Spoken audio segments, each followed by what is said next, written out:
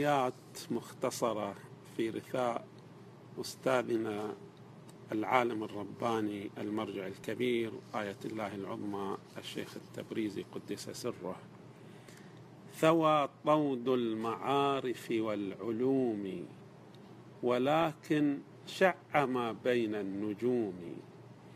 جواد الخير يا ألق الثريا، ويا إشراقة الخير العميم، ويا نورا أضاء بكل شبر من الحوزات بالفكر القويم.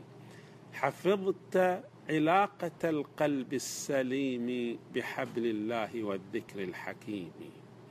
نهضت وفي راعك نور علم، فخافك كل شيطان رجيم.